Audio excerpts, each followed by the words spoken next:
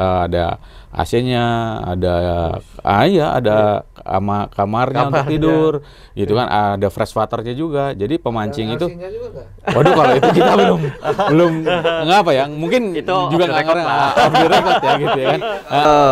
Sepengetahuan saya selama memancing ya, beraktivitas memancing untuk wilayah Banten ini, dari mulai perbatasan Anyer sampai dengan Sumur sampai ujung kulon ya, ujung kulon itu semua berpotensi.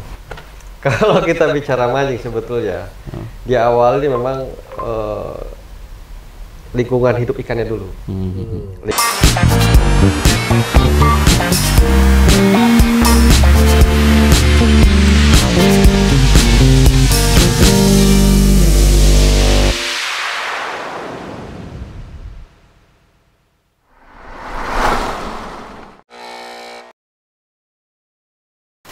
Assalamualaikum warahmatullahi wabarakatuh, CS Banpos. Ketemu lagi di Banpos Podcast. Kali ini kita bakal ngobrol masalah dunia permancingan. Karena Banpos Podcast sekarang kedatangan tamu 2 orang. Yang satu ini Bambang Herianto. Beliau ini Ketua Asosiasi Permancingan Indonesia Provinsi Banten. Dan satunya lagi masih dari APRI, yaitu Pak Hera Utama. Oke. Aku amat aja. Slow ya sih. Oke. Ini kan Asosiasi Permancingan Indonesia ya. Kalau bicara soal mancing ini kan Banten ini punya wilayah maritim yang luar biasa ya. Dari mulai Tanjung Pais sampai Sawarna itu kan air semua, belum lagi di Empang-Empang, di situ-situ, di sungai itu masih banyak kan itu. Di pemancingan. Kalau melihat secara umum nih, dunia pemancingan di Banten itu kayak gimana? Baik, assalamualaikum warahmatullahi wabarakatuh. Waalaikumsalam. Pertanyaan tadi itu sebetulnya melainkan saya masa kecil dulu. Gimana tuh? Dulu itu kita mancing secara tradisional, pakai udang, pakai cacing, pakai umpan irit-irit gitu.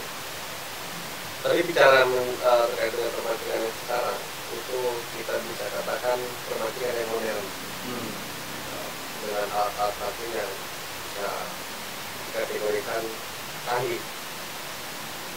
Sekarang ini teman-teman dari pemancing itu sudah mulai berkelompok, membuat beberapa komunitas. Di seluruh wilayah Banten itu banyak sekali komunitas dengan berbeda teknik, lokasi, kemudian area-area yang sekiranya memang ekstrim, untuk kayak tebing-tebing, tebing laut, tebing-tebing bantaran sungai, sudah mulai banyak. Nah, untuk itu mungkin saya lebih ke sini-sininya, ke tahun-tahun yang sekarang itu, mereka itu sudah mulai melakukan dengan teknik-teknik yang modern, nggak seperti yang dulu. Teman-teman pemancing wilayah misalkan Lebak lah, Lebak kita kategori Lebak dengan sungai yang panjang, terus Pandeglang dengan lautnya, kemudian Serang itu dengan danau-danaunya, Setu juga ada lautnya, Tangerang dengan danaunya juga banyak sekali. Nah, komunitas-komunitas ini mereka melakukan aktivitas memancing itu dengan alat, tidak dengan cacing lagi, tidak dengan umpan-umpan ikan atau potong-potong ikan, tapi dengan alat sekarang ini. Dan yang diambil kalau dengan teknik-teknik seperti itu biasanya ikan-ikan dengan size-nya yang besar. Yang ukuran memang untuk dikonsumsi. Jadi tidak ambil yang paling kecil-kecil itu enggak. Untuk sekarang ini kita itu sering melakukan yang namanya mancing bareng lah, mancing bareng, mabar. Pada saat mabar, ayo mabar. Mabarnya di daerah Lebak, berarti kita aktivitasnya di sungai-sungai gitu. Mabarnya di mana? Di laut. Pada ke area Pandeglang, Tanjung Lesung, kita mabarnya di laut gitu. Nah, untuk aktivitas mancing ini saya pikir sudah banyak sekali kemajuan lah. Tidak seperti dulu gitu. Dan nelayan-nelayan yang kita sewa perahunya pun sekarang sudah mulai sudah banyak ya, sudah mulai banyak yang memberikan servis dengan spot-spot yang bagus itu di wilayah Banten itu.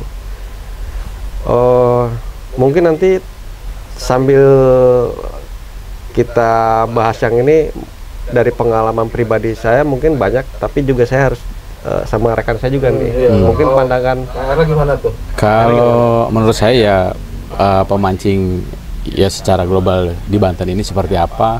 Ya tadi ya kan sudah kita bisa klasifikasikan, ada yang pemancing danau, ada yang sungai, ya ada juga yang empang gitu kan, ada yang laut. Nah kebetulan kalau saya sih lebih banyak ke laut dan di empang biasanya gitu kan. Kalau lagi nggak ada trip ke laut, kita main di empang gitu. Betul sih apa yang dikatakan Om Bambang tadi gitu kan. Jadi sekarang itu teknik memancing itu sudah macam-macam gitu kan. Tapi ya tidak melepas juga kemungkinan ya masih ada yang melakukan dengan cara tradisional gitu kan. Sebenarnya cara tradisional itu juga nggak jadi masalah sih untuk memancing gitu kan. Yang karena kan teknik orang macam-macam gitu kan. Cuman nanti kita di APRI ini mungkin ya Om Bambang ya, kita tuh ada regulasi mengenai mancing untuk yang kategorinya sport fishing gitu ya. Mungkin nanti kita bahaslah lebih ke dalam lagi. Mungkin itu kalau sepengalaman saya sih mancing sekarang itu memang sudah pakai teknik gitu kan. Dan betul apa yang dikatakan, kalau kita pakai umpan yang ibaratnya umpan buatan ya, itu kita sudah tidak mencari ikan-ikan yang size-nya kecil-kecil gitu kan.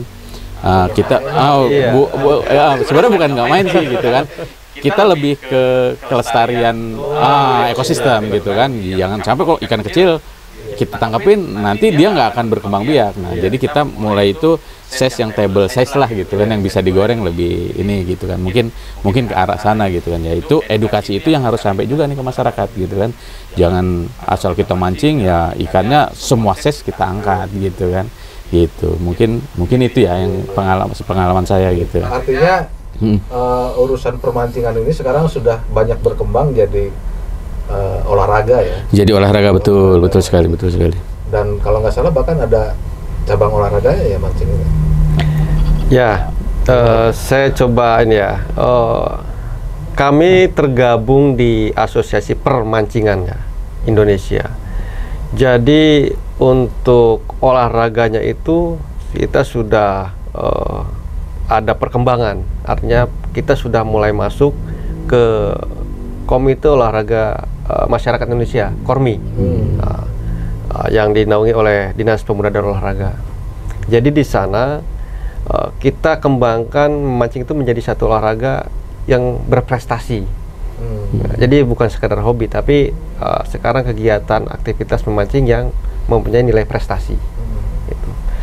Dan itu kita tergabung di APRI Nasional, Asosiasi Permancingan Indonesia secara nasional. Jadi kita sudah banyak dari provinsi yang lain sudah tergabung juga dalam APRI. Karena kita itu di sini bicaranya bukan hanya lokal ya, tapi secara nasional. Gitu. Artinya ada pergeseran ya, kalau saya lihat kan kalau dulu tuh mungkin walaupun ketika orang yang bukan nelayan ya, ketika orang yang tidak mencari ikan untuk penghidupan, banyak orang melakukan mancing itu kan untuk rekreasi. Betul. Nah sekarang bergeser ke prestasi. Iya, prestasi, betul. Prestasi. Nah kalau di Banten sendiri gimana perkembangan hobi mancing yang ke arah prestasi ini? Untuk di Banten sekarang ini kita dalam proses untuk pengembangan. Artinya kita kan masih berdiri di Dewan Pengurus Provinsi. Nah, kita akan kembangkan nanti ke Dewan Pengurus Kabupaten dan Kota. Nah, untuk menjadi syaratnya di Kormi itu adalah kita harus mempunyai Dewan Pengurus Kabupaten dan Kota minimal 5 kabupaten. Nah, kalau sudah terdaftar secara penuh, nah nanti kita bisa masuk ke agenda kompetisi yang diadakan oleh pemerintah daerah. Gitu. Jadi di sana kita coba nanti gali potensi atlet di setiap daerah melalui DPK itu. Gitu. Berarti agenda olahraganya tetap menginduk ke Kormi ya? Betul, ya. Betul. Tapi kalau bicara rekreasi tadi, Banten ini kan ya tadi itu banyak perairan di lautnya, di situnya. Gimana sih menyatukan antara prestasi dan rekreasi itu gitu kan? Karena kan ya tadi itu mancing itu kan lebih banyak ke hobi kan sebenarnya. Ya, betul. Hobi dan kayak stress release lah gitu. Nah, itu kan artinya ya sebatas rekreasi gitu kan. Nah, potensi-potensi pemancingan di Banten yang selama ini di teman-teman pemancing ini lihat gitu kan. Gimana potensi-potensi area-area spot-spot mancing di Banten itu? Jadi sebenarnya kalau menurut saya sih bicara pemancingan masalah prestasi ya. Itu di komunitas-komunitas itu sudah melakukan sebetulnya. Contoh kayak yang di Empang ya. Di Empang itu kan adalah namanya kita sebut Galatama gitu kan. Itu salah satu bentuk kompetisi. Cuman kompetisi di situ belum ada aturan bakunya gitu kan ya. Kalau selama ini kan daftar sekian, dapat ada yang jadi juara ke-1, juara ke-2, juara ke-3 gitu kan. Itu ada gitu. Ini sudah ada. Nah, kita nih hadir gitu kan. Ya kita juga butuh dukungan dari sebuah elemen pemancing ya gitu kan. Komunitas untuk artinya bukan melegalkan ya. Jadi punya standar baku. Jadi misalkan mancing di Empang nih jenis ikannya apa, cara mancingnya seperti apa, ininya seperti apa. Nanti itu kita buat aturan bakunya. Sama juga nanti kalau misalkan kita main ke laut gitu kan. Selama ini sih saya pernah ikut lomba gitu ya. Lomba itu masih ikan terberat aja gitu kan. Jadi semua orang bisa ikut gitu kan. Jadi bentuk ikannya apa pokoknya yang terberat gitu kan. Tekniknya seperti apa ya silahkan. Nah ini sebenarnya teknik-teknik ini kan banyak macamnya sebetulnya gitu kan. Teknik mancing ini gitu kan. Nah, kalau saya sih kebetulan ya ada yang casting, ada yang jigging gitu kan. Kalau yang saya biasa lakukan gitu, yang untuk di laut gitu. Kalau mengenai sisi misalkan di mana spotnya, di mana rekreasinya. Jadi kalau kita kan biasa main ke daerah Kulon ya, ke Sangiang Sirah lah ke sana. Di sana itu sebenarnya ada banyak spot sih, ada Pulau Penaitan gitu kan. Terus juga ada sering juga dikunjungi sama wisatawan tuh di mana Taman Nasional Ujung Kulon sama ada Pulau Pecang. Nah, Pulau Pecang itu sering dikunjungi sama orang gitu kan, gitu nginep di sana gitu kan. Nah, kita juga pernah melakukan trip family gathering namanya kan. Jadi kita bawa keluarga, kita kirim mereka di Pulau Pecang. Nah, kita sebagai bapak-bapak mancing nih gitu tinggalin kan. Tuh. Tinggalin tuh gitu kan. Tinggalin nanti setelah mancing kita balik lagi bakar ikan gitu kan. Jadi sebenarnya spotnya dapat gitu kan. Happy-nya dapat gitu kan. Ya kita mancingnya juga dapat gitu kan. Dari pulang juga nggak dicemberutin ya? Karena di bawah kan gitu kan. Kan kebanyakan sekarang kan mancing ya kan. Bu Polda ini kalau nggak diizin, itu SIM-nya yang agak repot gitu. Ibu negara susah diatur. Gitu. Tapi kalau soal itu tadi, seberapa banyak sih potensi spot mancing di Banten ini sebenarnya? Oke, saya coba jawab ya. Jadi sepengetahuan saya selama memancing ya, beraktivitas memancing untuk wilayah Banten ini, dari mulai perbatasan Anyer sampai dengan Sumur sampai ujung Kulon ya, ujung Kulon, itu semua berpotensi, dengan teknik yang modern sekarang ini yang kita gunakan, itu banyak berpotensi. Dan yang paling ramai itu dikunjungi oleh pemancing-pemancing dari luar Banten. Itu adalah daerahnya Panaitan. Ujung Kulon tadi. Ujung Kulon tadi, Panaitan. Jadi spot Panaitan itu seksi menurut mereka. Kenapa itu? Karena di sana potensi ikannya masih bagus. Kemudian jenis-jenis ikannya variasinya masih banyak. Jadi kita mau main dasar, mau main tengah, mau atas, semua ada di sana. Jadi spot pasar kalau bisa Spotnya dibilang. Pasar. Jadi Spot ikan pasar. apa aja ada di situ. Ada. Nah, kenapa bisa seperti itu? Karena untuk daerah Panaitan itu dia berhadapan langsung dengan samudra. Dan area ujung kulon itu dan spot Panaitan itu kan di antara kayak seperti apa ya? Selat. Jadi ikan-ikan besar itu dia pada saat berlindung dia akan berkumpul di situ. Berkumpul di situ. Dan di sana kalau kata nelayan pancing di sana itu Pak ada waktunya untuk kita yang namanya omset. Omset. Jadi ngomset itu artinya ada ikan tertentu yang diambil dan dijual. Di sana itu. Di saat tertentu. Nah, untuk pemancing yang hanya hobi di sana itu disebutnya itu surganya ikan pelagis. Terus surganya ikan GT. Jadi segala teknik itu bisa dipakai di sana. Segala teknik. Kita mau casting, kita mau jigging, kita mau popping, mau dasaran, semua bisa dipakai di sana. Segala teknik gitu. Segala teknik. Dan itu memang jadi primadona. Kalau secara informasi di berita-berita mungkin kita tidak kedengeran ya yang namanya Tanjung Lesung itu. Tapi kenyataannya memang seperti itu. Di hari-hari libur, Sabtu dan Minggu pasti nelayan itu yang mau trip itu pasti ke sana. Daerah Selat Sunda ya. Selat Sunda. Kalau di Samudra Indonesia nggak masuk berarti? Terlalu ekstrim. Terlalu ekstrim. Oh itu ya. Ya karena arusnya, gelombangnya, maka selat itu lebih aman untuk melakukan aktivitas memancing. Gitu.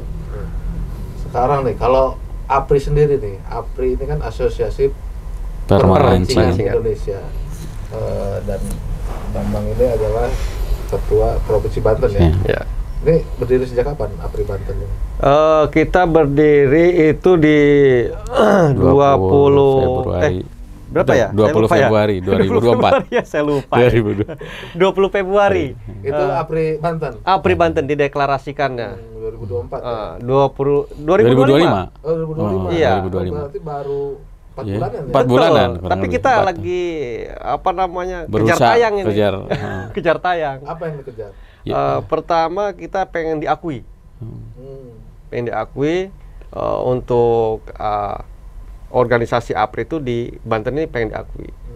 Jadi kita ingin melakukan audiensi dengan Gubernur Banten secara langsung, ini memperkenalkan APRI, ingin memperkenalkan program-program APRI dan mengembangkan APRI di Banten. Nah, kemudian kita juga mulai mendaftarkannya ke Kesbangpol, kemudian ke Kormi Banten. Jadi supaya kita benar-benar diakui di sana. Nah, tujuannya apa? Ya kembali lagi, hobi yang membawa manfaat untuk orang banyak. Manfaatnya apa? Manfaat yang kita katakan di sini APRI yang berprestasi. APRI yang berprestasi. Nah kalau dari segi manfaat itu buat masyarakat, kira-kira apa yang sebenarnya yang APRI tawarkan kepada masyarakat itu di Banten? Sebagai pemancing ya, sebagai pemancing kita punya pengalaman-pengalaman yang itu menjadi dasar terbentuknya APRI sebetulnya. Jadi kita itu ingin mancing itu spotnya bagus, tidak ada konflik, tidak ada di sana itu kita katakanlah bahaya. Kita itu pengen aman, pengen nyaman, dapat ikan besar, ya kan, ikan besar gitu. Nah, nelayan-nelayan pancing kita itu membuat rumpon-rumpon dengan segala keterbatasannya. Kita bicara nelayan kecil ya, dengan jarak yang jauh dari bibir pantai, sampai ada yang 1-2 jam perjalanan untuk mencapai spot itu. Nah, kita itu pingin jangan sampai jauh-jauh gitu untuk memancing, karena resikonya tinggi untuk keselamatan.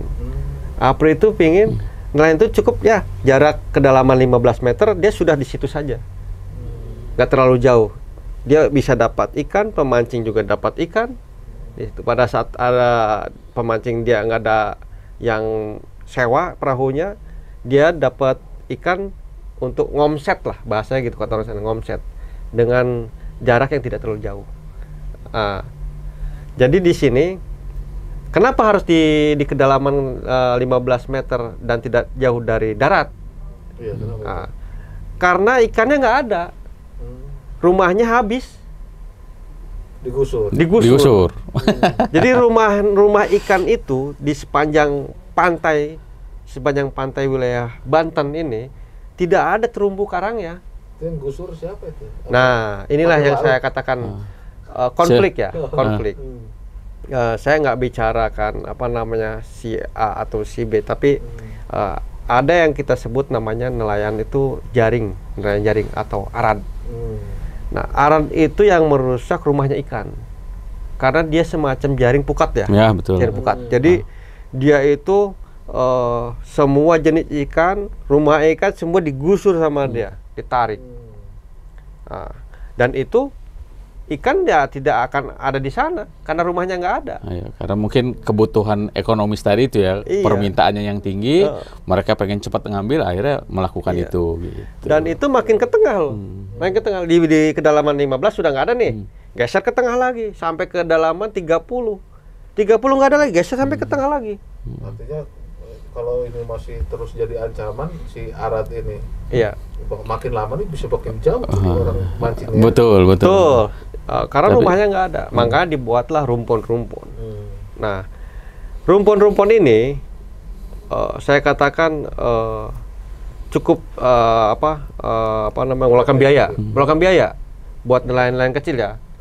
Saya waktu itu sempat berwawancara sama nelayan pancing di sana itu.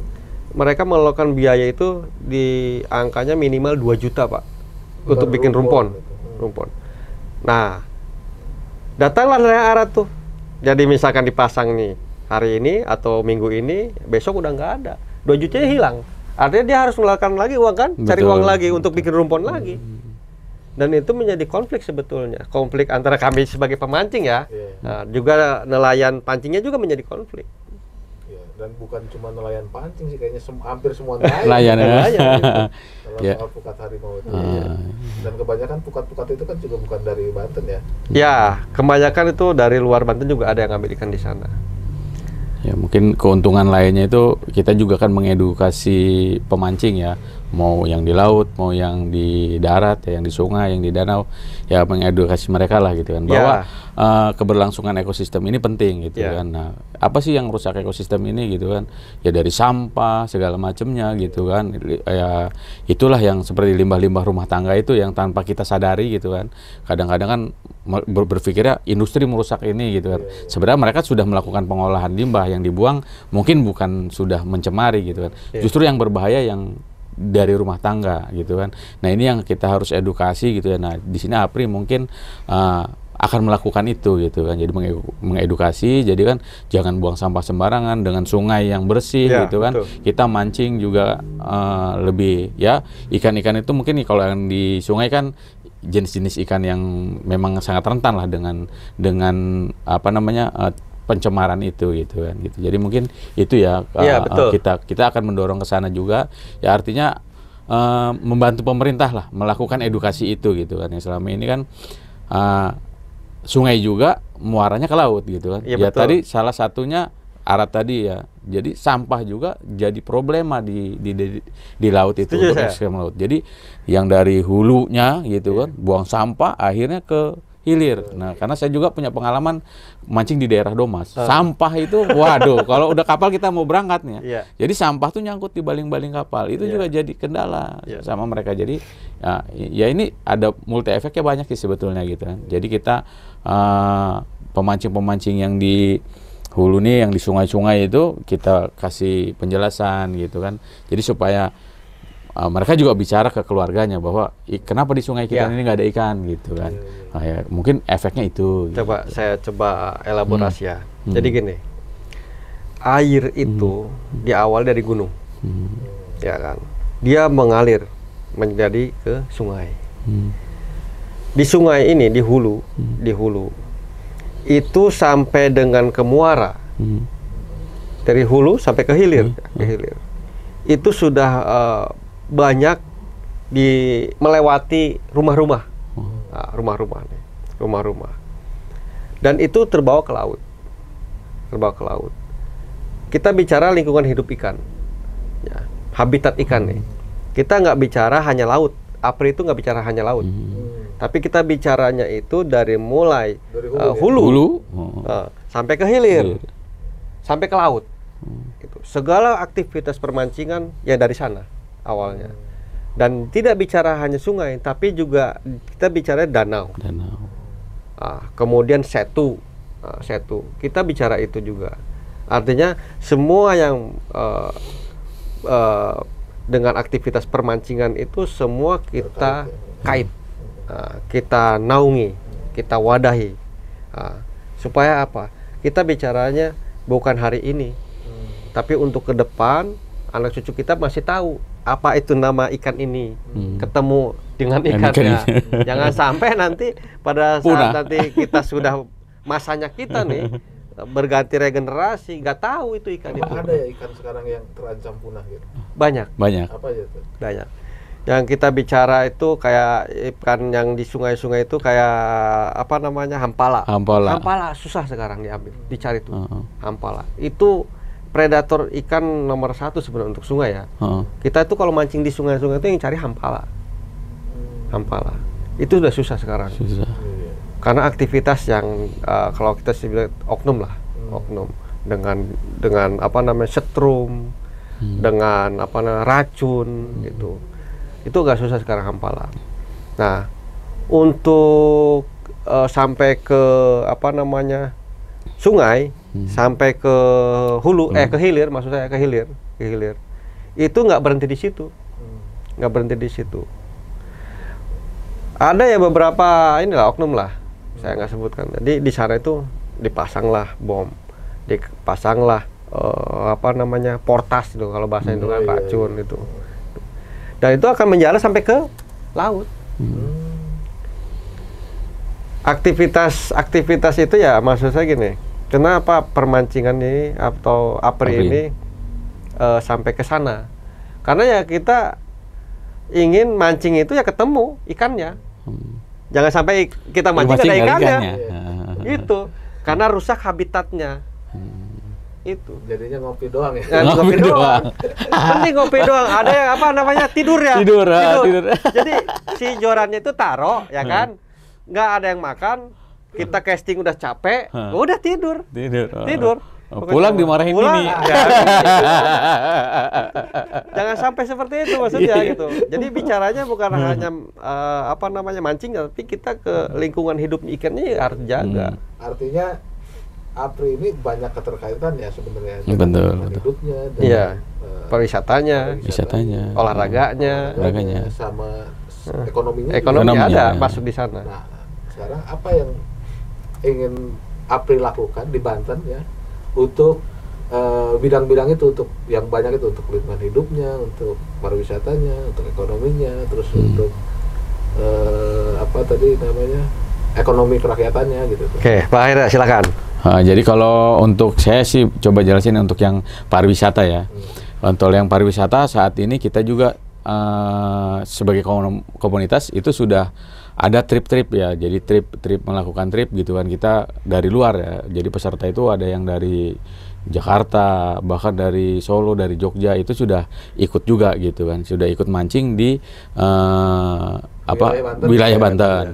Jadi kita sediakan kapal mancing gitu kan, kapal mancing yang ada fasilitasnya macam-macam lah gitu kan. Jadi ada AC-nya, ada kamarnya untuk tidur gitu kan, ada fresh waternya juga. Jadi pemancing itu, waduh kalau itu kita belum ngapa ya, mungkin itu juga nggak ngerti. off the record ya gitu ya kan. Kalau request kita berusaha, cuman kita begini ya, namanya di laut tuh kan keombang-ambing ya. Nah, yang jadi masalah LC-nya ini bisa menghibur kita atau kita jadi masalah. Nanti mabok dia kan. Kita ngurusin mereka, jadi kita nggak mancing, jadi masalah buat kita. Jadi malah ngerepotin gitu. Enggak. Gitu. Ada satu sih titipin di pulau. Jadi itu terus masalah tadi keberlangsungan ekosistem ya gitu kan. Ya kita mengedukasi masyarakat bahwa buang sampah sembarangan ke sungai atau ke selokan-selokan itu kita secara tidak langsung membunuh ekosistem lah gitu kan. Jadi mematikan ekosistem yang seharusnya kita punten gitu kan.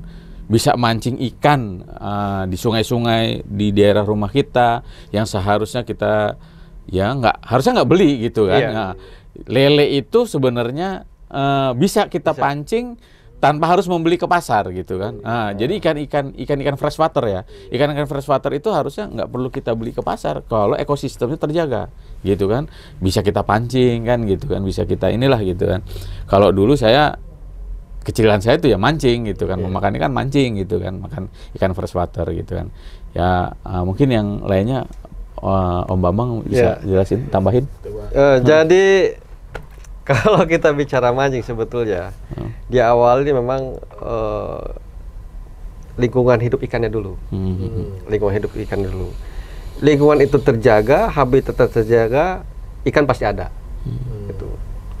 Jangan dikira saya misalkan, wah ini hanya speak aja gitu kan, menghibur aja. Saya punya videonya. Lagi mancing di tengah laut tuh sampah itu berbaris. Berbaris.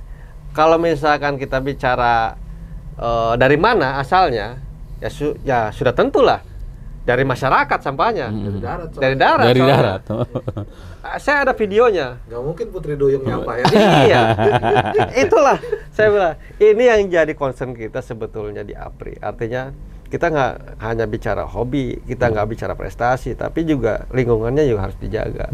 Nah, program-program nanti yang akan dikedepankan itu adalah menjaga habitat, melakukan konservasi, betul. Terus menanam terumbu-terumbu karang. Kalau perlu program-program APRI membantu program pemerintah dalam membuat rumpun-rumpun. Jadi kerjasama dengan pemerintah, siapkan dananya, kita coba nanti kawal atau kita ikut di dalamnya, membuat rumpun di sepanjang kedalaman 15 meter sepanjang laut Banten. Nelayan nggak jauh-jauh nanti, rumahnya sudah ada di sana. Dan pemancing pun nanti diajak sama nelayan pancing ya ke situ, gitu, situ. Pertama, resikonya tidak terlalu tinggi karena tidak jauh kita harus melaut. Kedua, kita di sana masih bisa nangkap ikan dengan jenis tertentu yang kita mau gitu. Karena apa? Jadi nanti rumpun itu kan menjadi terumbu karang, terumbu-terumbu yang tumbuh ya, terumbu-terumbu yang tumbuh di situ. Dan ikan-ikan kecil sudah pasti nanti akan ikan besar. Nah, kemudian habitat-habitat di Banten itu seperti yang kita tahu di wilayah Karangan itu kan ada bakau ya. Bakau. Ya. Nah, untuk wilayah Banten itu sendiri belum banyak hutan-hutan bakau seperti itu. Dan itu memang awal mulanya ikan-ikan itu nanti bertelur di sana dan menuju ke laut lepas. Dan itu nanti kita akan kedepankan program itu membuat hutan-hutan bakau di wilayah Provinsi Banten tuh. Dan di daerah Serang sudah ada, cuman mungkin nanti bisa diperluas lagi. Dan itu mungkin jadi sebagai percontohan lah untuk dibuatkan seperti itu. Makanya kalau hutan bakau itu masih terkonsentrasi banyak di utara ya. Banyak di utara. Pantai utara betul. Karena pantai selatan juga sebenarnya butuh ya. Butuh. Ya. Di Jungkulan masih banyak tuh hutan bakau kan. Iya. Betul banyak. Di luar itu kayaknya. Di mana Citerep ya? Citerep itu hutan bakaunya bukan di pinggir laut, tapi di seberang jalan. Serius, saya kata ini apa nggak salah ya di seberang jalan ya, gitu. Seberang jalan dia, di sebelah kiri. Kalau kita arah dari Labuan ya, bukan di sebelah kanan di pinggir lautnya. Bukan di bibir pantai. Bukan, di seberang jalan. Kata saya ini yang nanam bagus, saya bilang ya gitu ya. Gitu. Mungkin jadi tanaman pagar kali ya. Iya itu. Nah, ya kalau saya sih mungkin ngelihat sudah bagus ya, sudah bagus. Tapi kalau baiknya sih ya ada di bibir-bibir pantai, di bibir pantai. Dan apa namanya itu bisa dibuat atau kita bisa kerjasama dengan kampus-kampus misalkan melakukan penelitian. Cocoknya di mana nih untuk penanaman bakau? Bisa saja seperti itu. Kita ajak, kita kolaborasi sama apa namanya mahasiswa-mahasiswa untuk melakukan penelitian. Penanaman bakau, penanaman terumbu karang, dan itu tujuan akhirnya adalah untuk bagaimana menjaga ekosistem ikan, menjaga lingkungan hidup ikan. Nah, yang pengen gua tanya sekarang nih terkait sama tadi itu ya apa namanya kelestarian lingkungan ekosistem ikan. Ya. Karena kan pemerintah juga kayaknya sejauh ini masih belum terlalu concern lah sama itu ya, sama bagaimana melestarikan ekosistem ikan. Mereka lebih banyak kayaknya pemberdayaan nelayannya atau bantuan alat gitu. Sementara sumber daya alamnya yang sebenarnya jadi sumber pendapatannya sendiri sebenarnya kan semakin hilang nih. Kan? Ya tadi itu dengan 15 meter nggak ada, ke 30 nggak ada kan. Artinya kan memang ekosistem ikannya juga kan semakin sedikit. Nah, gimana ngelihat pemerintah menyikapi hal ini? Saya nggak bicara pemerintah ya, karena ranahnya beda. Saya bicaranya nelayan pancingnya aja lah, dari versi nelayan pancing atau sebagai pemancingnya aja lah, pemancingnya aja. Waktu itu saya sempat ngobrol sama teman-teman dari nelayan pancing, sambil kita memancing, sambil kita ngobrol. Dan saya tanya, apakah mancing itu ya, orang bisa sambil ngobrol. Oh, bisa sambil ngobrol. Jadi banyak teman gitu. Nggak kenal jadi kenal loh. Olahraga lain kan nggak bisa. Nggak bisa. Ngobrol ngopi. Iya, masalahnya kalau ngobrol kartu kuning. Kartu kuning. Iya, kalau mancing nggak akrab lah. Musuh ya musuh gitu. Gimana? Oke, jadi pada saat saya tanya itu sama nelayan pancing, Pak, saya bilang gitu, Bapak selama ini dapat nggak bantuan dari pemerintah terkait dengan aktivitas Bapak memancing? Iya Pak, tapi kayaknya udah lama gitu, nggak dapat lagi. Oke, setahun, 2 tahun, ya setahun ini belum sih katanya gitu. 2 tahun juga kayaknya saya lupa ya, kayaknya belum juga. Terus apa yang didapat sama Bapak dari pemerintah? Yang didapat adalah bantuan semacam mesin ya, mesin perahu. Sampai perahunya bahkan. Sama perahunya ya, perahunya. Kemudian alat-alat keselamatan seperti life jacket. Kemudian juga dapat rumpon, rumah ikan. Nah, saya tanya, terus sekarang kemana? Ya, sudah rusak. Artinya mereka punya usia pakai kan, nggak bisa dipakai terus-menerus kan, usia pakainya ada. Nah, terus rumpunnya ya begitu Pak, ya hilang. Jadi tidak terawat. Jadi pada saat itu diberikan, disumbangkan oleh pemerintah daerah, artinya di sini juga harus ada fungsi pengawasan, harus perawatan. Gitu. Jadi dikasih ditinggal begitu saja. Harusnya ya setiap bantuan itu setiap itu dievaluasi. Ini apa masih bisa dipakai? Betul. Apakah masih bisa digunakan dan sebagainya. Kalau rusak apa masalahnya? Masalahnya gitu kan. Evaluasi lah. Iya betul. Jadi jangan sampai rusak ya rusak saja karena dianggapnya dikasih inilah gitu. Jadi kalau rusak ya biarinlah gitu. Ya mungkin kalau di APRI ini kan kalau pemerintah mungkin sudah melakukan itu sih. Cuman betul tadi kata Om Bambang ya pengawasan. Nah kita nih APRI ini ingin mengedukasi itu gitu kan. Jadi mungkin harusnya kan kita mengedukasi masyarakat gitu kan bahwa bantuan ini seperti ini kan itu ada perawatannya, ada butuh ininya gitu kan. Jadi keberlangsungannya supaya berjalan gitu. Kadang mereka supaya awet lah. Ketika nerima ya sudah nerima gitu kan, pokoknya pakai aja gitu kan, ya rusak lagi, kita berharap bantuan lagi kan gitu kan.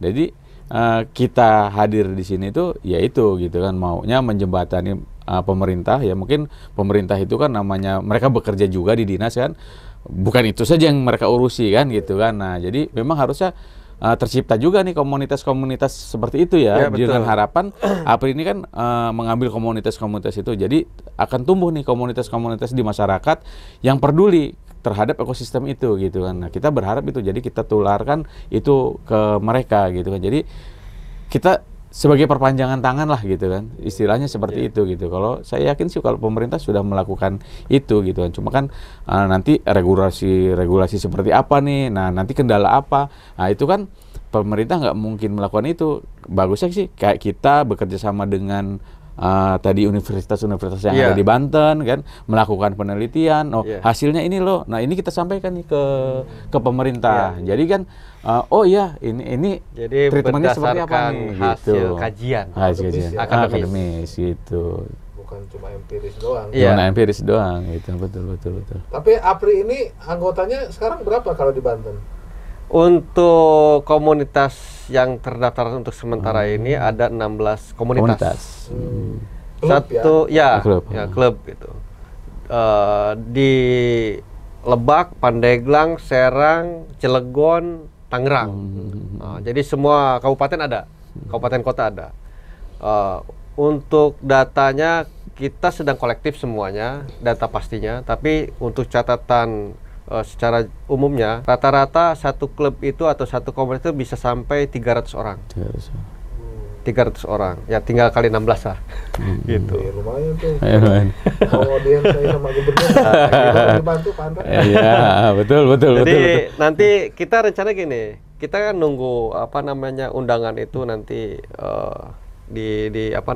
sampai lah. Sampai. Kalau surat undangan kita sudah sampaikan, tinggal tunggu dipanggil untuk datang saja sebetulnya. Nah, kami menunggu itu. Dan nanti kami akan mengundang perwakilan dari setiap komunitas. Jadi suaranya bukan suara APRI, jadi suara komunitas. Jadi teman-teman komunitas nanti kita kasih hak untuk berbicara, menyampaikan pendapat. Gitu. Jadi di sana kita akan terbuka. Nanti akan seperti apa APRI ini kita sampaikan, kemudian kita bicara bukan hanya personal ya, tapi juga bicaranya secara nasional, karena APRI nasional di sini, bukan hanya Pandeglang, Banten, tapi kita bicara nasional. Nah, kalau sudah bicara nasional, artinya kita di sini bukan untuk setengah-setengah. Harus total. Harus totalitas. Kita kembangkan APRI itu secara nasional, karena APRI itu memang sudah beberapa provinsi sudah ada di sana. Jadi kita sama-sama membangun permancingan di Indonesia. Jadi kata ketua umum itu gini. Apa tuh? Kalau ketua umum, saya akan mengaprikan Indonesia. Nah, kalau saya akan mengaprikan Banten. Jadi kalau di Banten sendiri APRI ini ya tadi kalau anggotanya segitu. Nah kita nih punya target 5 DPK ya tahun betul, ini ya. 5 DPK. Nah kebetulan hari ini sudah 2 DPK yang terbentuk gitu kan. Jadi tinggal Dewan Kabupaten Kota. Dewan Pengurus Kabupaten. Mungkin Lebak sama Cilegon yang sudah berdiri. Nanti tinggal 3 lagi nih, Kabupaten Tangerang, Serang sama Kota Serang ya. Kota Serang. Nah gitu. Yang kita targetkan gitu kan. Terakhir begini, cita-cita APRI Banten sendiri untuk dunia permancingan Banten itu apa sebenarnya? Oke, saya itu dengan rekan-rekan tuh bermimpi sebetulnya, tapi ini harus jadi kenyataan. Amin. Kita itu ingin ada yang namanya tuh kampung wisata mancing. Gimana bentuknya itu? Bentuknya itu semacam tempat untuk semua pemancing mencari informasi terkait dengan permancingan di wilayah Banten. Jadi misalkan ada tamu atau ada yang dari luar Banten, dia ingin mancing wilayah Banten, dia bisa mengakses data itu. Dia mau trip kemana, dengan kapalnya berapa orang, harga sewa berapa, terus tripnya ke arah mana, spot ikannya apa saja, gitu. Jadi teman-teman pemancing dari luar Banten itu sudah bisa dia mengkalkulasikan atau menyiapkan apa yang nanti perlu disiapkan, berapa nanti budget yang akan disiapkan, kemudian tingkat keberhasilannya juga pasti akan diukur. Wah, mana nih Panaitan? Wah, ikannya banyak ini gitu kan. Tapi dengan budget sekian gitu. Kenapa kita optimis ikannya pasti dapat? Karena yang saya bilang tadi, potensi ikan di sana itu bagus. Dan itu harusnya bisa terekspos. Hanya pemancing-pemancing yang saya bilang kategorinya yang sudah tahu situ aja, yang ikannya tahu banyak. Yang lain belum. Belum. Jadi kampung wisata mancing ini saya ingin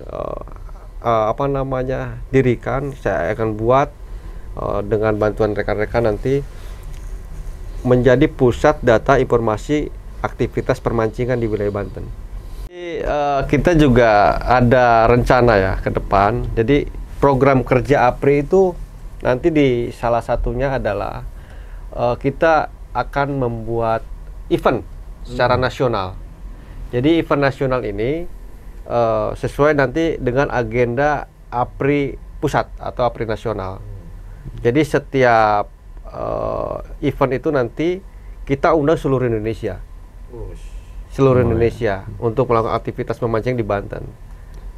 Dan itu jadi agenda rutin. Agenda rutin dari provinsi. APRI, betul. APRI provinsi. Gitu. APRI nasional. APRI nasional. Jadi agenda nanti. Dan itu juga tidak menutup kemungkinan kita akan lakukan juga event secara internasional. Iya, karena APRI itu kita sudah mengikuti event yang ada di wilayah Asia Tenggara. Terakhir kemarin di Malaysia. Jadi tidak menutup kemungkinan nanti kita akan perkenalkan Banten ke ranah internasional untuk aktivitas permancingan. Jadi eventnya itu nanti kita bisa lakukan di titiknya itu Panaitan, sekalian memperkenalkan Ujung Kulon, Taman Nasional Ujung Kulon.